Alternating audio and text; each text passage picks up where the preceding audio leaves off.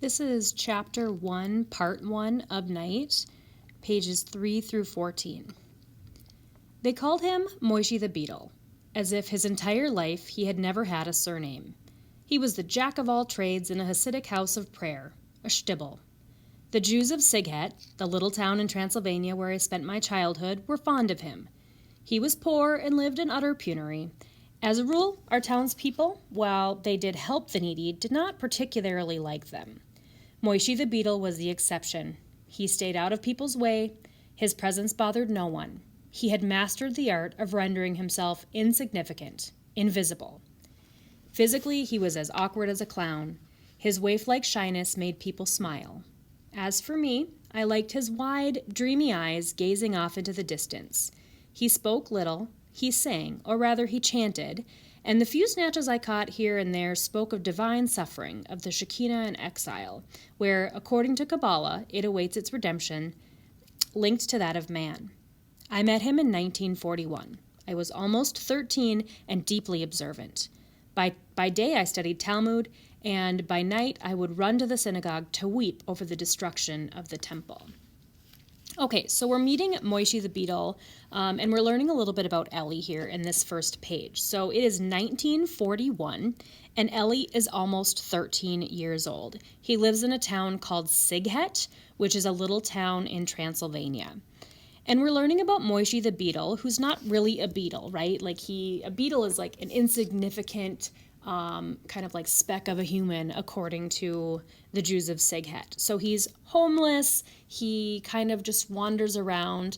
But while the Jews of Sighet don't care much for homeless people or to help the needy, Moishe's different, and he doesn't get in anybody's way. He's liked by everyone. He's just kind of there and a little bit invisible.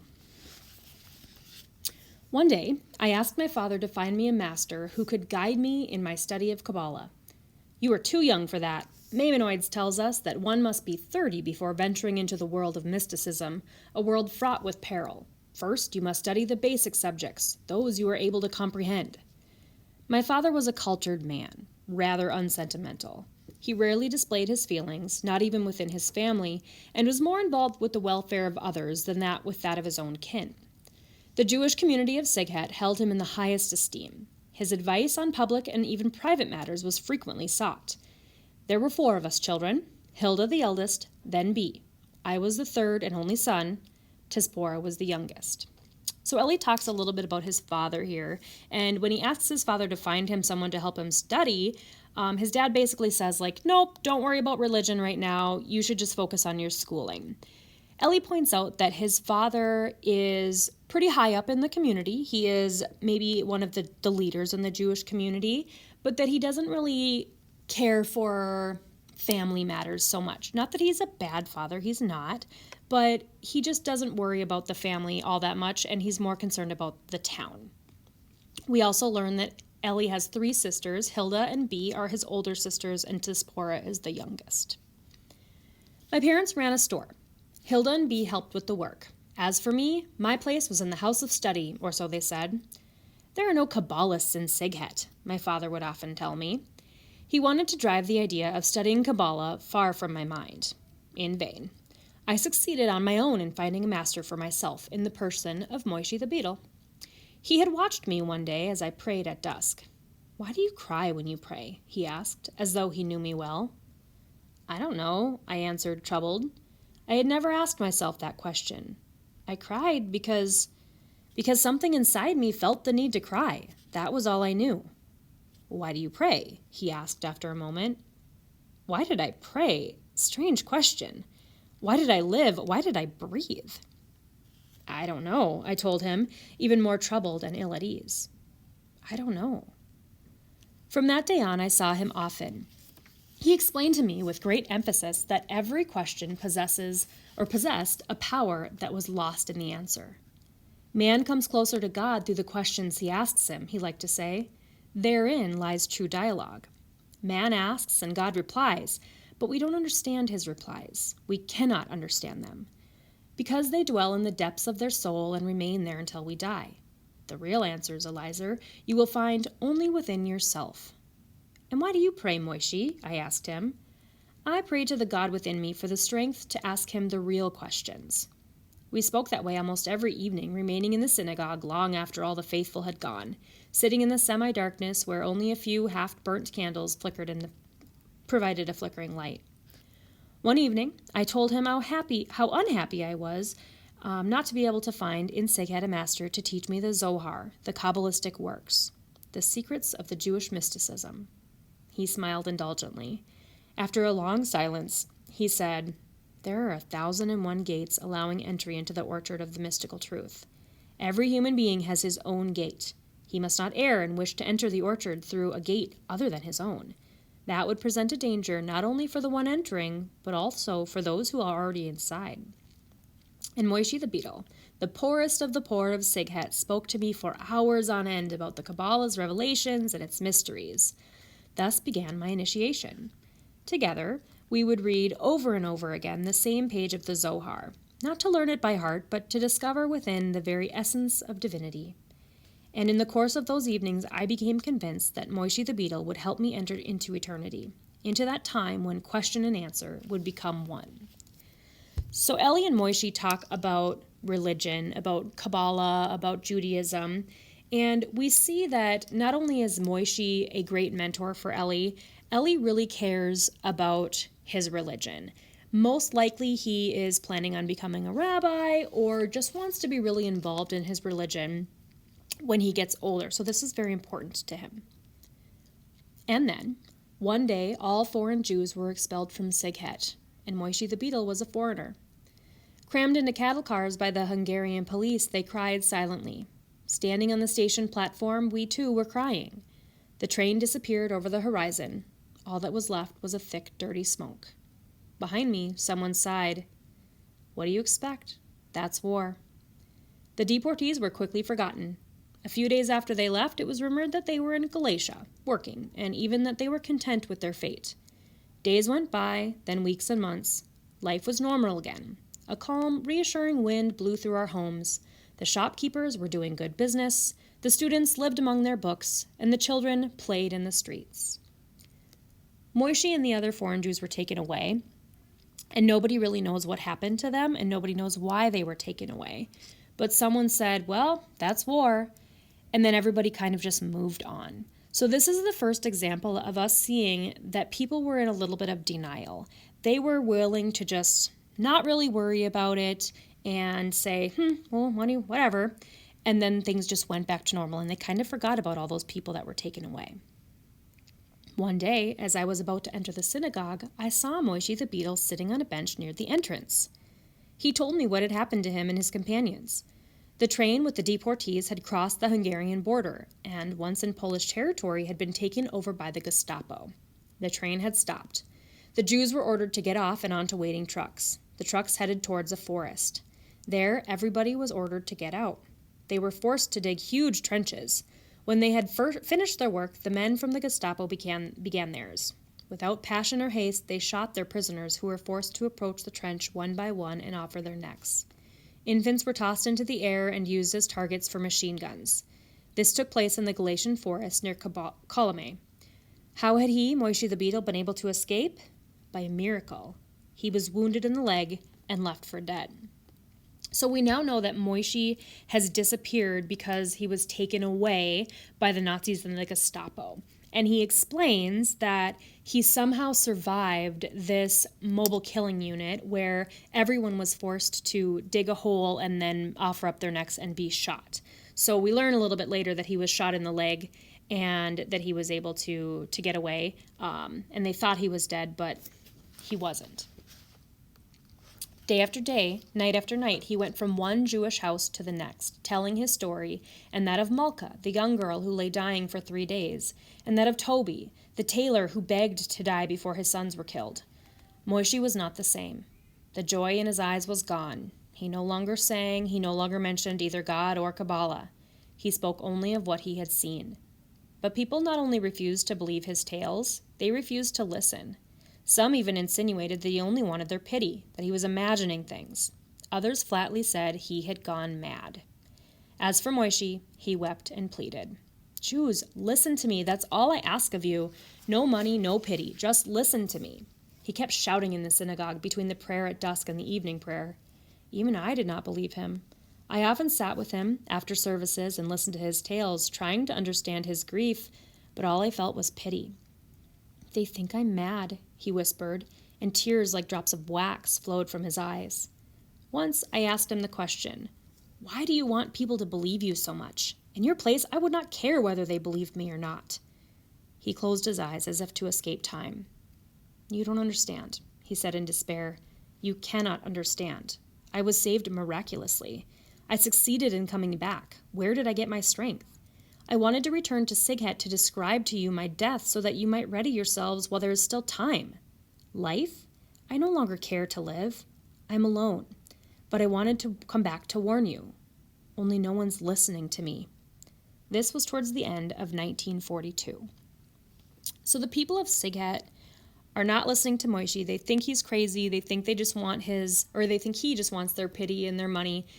And he's like, "No, I was saved and I'm coming back to warn you." He's trying to tell them, you still have time to get out. You still have time to escape and live, but you have to do it now. Well, if you remember from the beginning of the book, it was 1941, and now it's near the end of 1942. So this one thing has happened in over a year's span, and people just kind of think it's not that big of a deal, and that it's not really going to affect them. So there's some more kind of denial within the Jews of Sighet. Thereafter, life seemed normal once again. London radio, which we listened to every evening, announced encouraging news: the daily bombings of Germany and Stalingrad, the preparation of the Second Front. And so we, the Jews of Sighet, waited for better days that surely were soon to come. I continued to devote myself to my studies, Talmud during the day and Kabbalah at night. My father took care of business in the community. My grandfather came to spend Rosh Hashanah with us as to attend the services of the celebrated Rebbe of Borsh. My mother was beginning to think it was high time to find an appropriate match for Hilda. Thus passed the year 1943. So Ellie points out how the radios and the newspapers were all saying, "It's fine, everything is good, nothing bad is happening." So this propaganda is being pushed out to them because, of course, Hitler and the Nazis don't want anyone to know what's really going on. So they think everything is fine. And now another year has passed. Nothing more has happened. They're hearing about the war, but they're hearing that everything is going to be okay. So the people of Sighet are just hanging out in denial.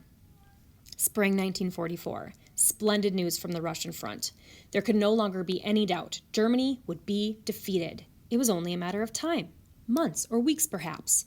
The trees were in bloom. It was a year like so many others, with its springs, its engagements, its weddings, and its births. The people were saying, "The Red Army is advancing with giant strides. Hitler will not be able to harm us, even if he wants to." Yes, we even doubted his resolve to exterminate us. Annihilate an entire people? Wipe out a population dispersed throughout so many nations? So many people? By what means, in the middle of the 20th century? And thus my elders concerned themselves with all matter of things, strategy, diplomacy, politics, and Zionism, but not with their own fate.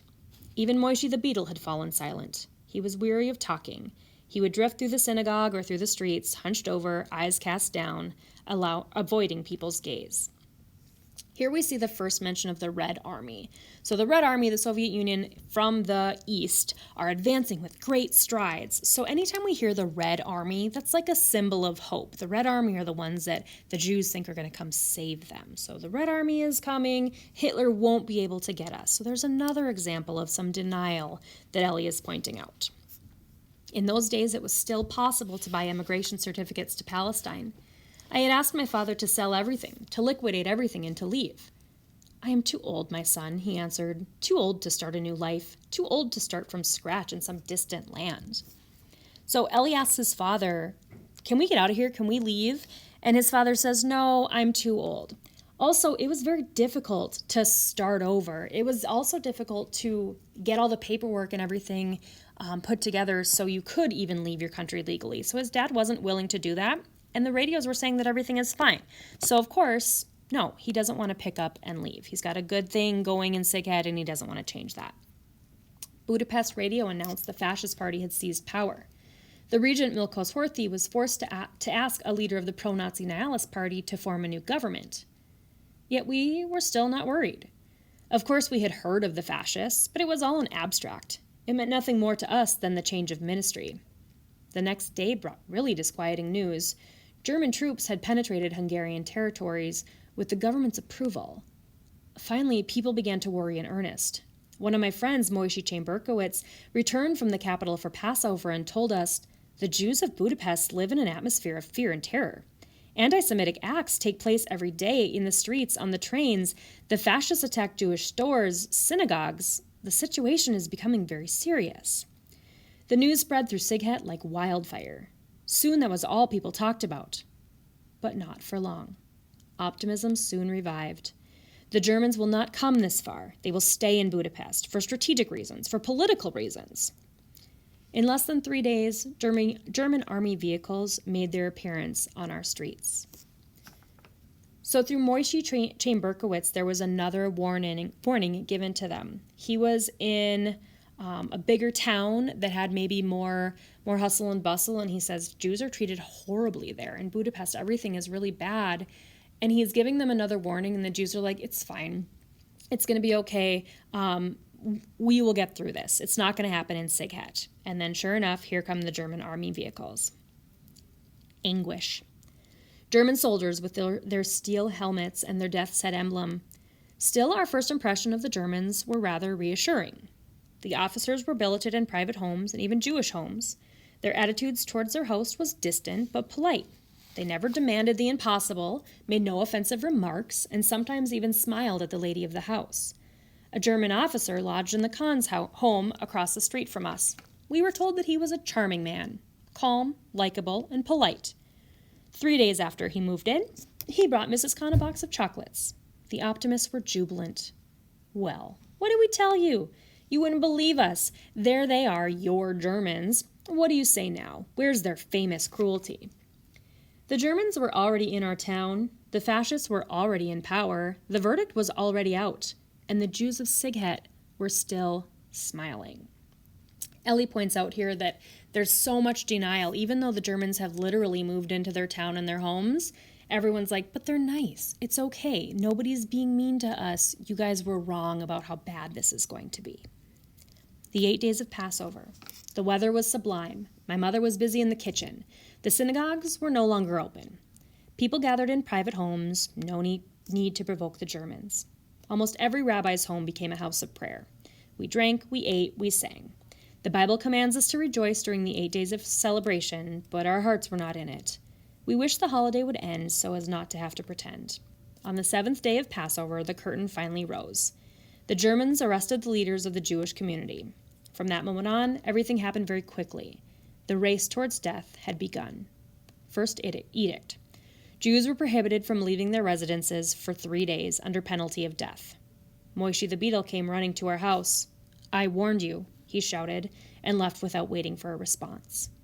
The same day, the Hungarian police burst into every Jewish home in town. A Jew was henceforth forbidden to own jewelry or any valuables. Everything had to be handed over to the authorities under penalty of death. My father went down to the cellar to bury our savings. As for my mother, she went on tending to many chores in the house. Sometimes she would stop and gaze at us in silence. 3 days later, a new decree. Every Jew had to wear the yellow star. Some prominent members of the community came to consult with my father, who had connections at the upper levels of the Hungarian police. They wanted to know what he thought of the situation. My father's view was that it was not all bleak, or perhaps he just did not want to discourage the others, to throw salt in their wounds. The yellow star? So what? It's not lethal. Poor father. Of what then did you die? But new edicts were already being issued. We no longer had the right to frequent restaurants or cafes, or to travel by rail, to attend synagogue, to be on the streets after 6 o'clock in the evening. Then came the ghettos. Okay, so on the 7th day of Passover, the Jewish community leaders, or some of them, were arrested. And then suddenly they were forced to follow all of these new edicts or laws. So they couldn't leave their residence for 3 days. They couldn't own any valuables. And then they were forced to wear the yellow star. And Ellie's father says, you know what, who cares? It's not that big of a deal. It's just a yellow star. And Ellie points out that it actually was a pretty big deal. 2 ghettos were created in Sighet. A large one in the center of town occupied 4 streets, and another smaller one extended over several alleyways on the outskirts of town. The street we lived on, Serpent Street, was in the first ghetto. We therefore could remain in our house. But as it occupied the corner, the windows facing the street outside the ghetto had to be sealed. We gave some of our room to our relatives who had been driven out of their homes. Little by little, life returned to normal. The barbed wire that encircled us did not fill us with real fear. In fact, we felt this was not a bad thing. We were entirely among ourselves. A small Jewish republic, a Jewish council was appointed, as well as a Jewish police force, a welfare agency, a labor committee, a health agency, a whole government apparatus. People thought this was a good thing. They would no longer have to look at those hostile faces, endure those hate-filled stares. No more fear, no more anguish. We would live among Jews, among brothers. Of course, there still were unpleasant moments. Every day the Germans came looking for men to load coal into the military trains. Volunteers for this kind of work were few, but apart from that, the atmosphere was oddly peaceful and reassuring. Most people thought that we would remain in the ghetto until the end of the war, until the arrival of the Red Army. Afterward, everything would be as before. The ghetto was ruled by neither German nor Jew. It was ruled by delusion. So the Jews are forced to stay in these ghettos. So in this case, a ghetto isn't necessarily a rundown, terrible, horrible part of town. It's just a section of houses blocked off. And Ellie's family's home, is in the ghetto. It's on the outside, so they got to stay in their own homes and people just came to live with them. But even again, they have this denial. So they're being trapped in these ghettos and they're not allowed to leave and they're not allowed to have all these valuables. And they're still like, it's fine. We are with each other and everything is going to be okay. So there's still this delusion that things are going to be all right. Some 2 weeks before Shavat, a sunny spring day, people strolled seemingly carefree through the crowded streets. They exchanged cheerful greetings. Children played games, rolling hazelnuts on the sidewalk. Some schoolmates and I were in Ezra Malik's garden studying a Talmudic treatise. Night fell. Some 20 people had gathered in the courtyard. My father was sharing some anecdotes and holding forth on his opinion of the situation. He was a good storyteller. Suddenly the gate opened, and Stern, a former shopkeeper who now was a policeman, entered and took my father aside. Despite the growing darkness, I could see my father turn pale. "What's wrong?" we asked. "I don't know. I've been summoned to a special meeting of the council. Something must have happened." The story he had interrupted would remain unfinished. "I'm going right now. I'll return as soon as possible. I'll tell you everything. Wait for me." We were ready to wait as long as necessary. The courtyard turned into something like an antechamber to an operating room. We stood waiting for the door to open. Neighbors, hearing rumors, had joined us. We stared at our watches. Time had slowed down. What was the meaning of such a long session? "I have a bad feeling," said my mother. "This afternoon I saw new faces in the ghetto. 2 German officers. I believe they were Gestapo. Since we've been here, we have not seen a single officer." It was close to midnight. Nobody felt like going to sleep, though some people briefly went to check on their homes. Others left and asked to be called as soon as my father returned. At last, the door opened and he appeared. His face was drained of color. He was quickly surrounded. Tell us what's happening. Say something." At that moment, we were so anxious to hear something encouraging, a few words telling us that there was nothing to worry about, that the meeting had been routine, just a review of welfare and health problems. But one glance at my father's face left no doubt. "The news is terrible," he said at last, and then one word: transports. The ghetto was to be liquidated entirely. Departures were to take place street by street starting the next day. We wanted to know everything, every detail. We were stunned, yet we wanted to fully absorb the bitter news. Where will they take us? That was a secret for all except one, the president of the Jewish Council. But he would not tell, or could not tell. The Gestapo had threatened to shoot him if he talked. "There are rumors," my father said, his voice breaking, "that we are being taken somewhere in Hungary to work in the brick factories. It seems that here we are too close to the front." After a moment's silence, he added, "Each of us will be allowed to bring his personal belongings, a backpack, some food, a few items of clothing, nothing else." Again, heavy silence. "Go and wake the neighbors," said my father. "They must get ready." The shadows around me roused themselves as if from a deep sleep and left silently in every direction. So Ellie's father comes back, and he is given the news of transports.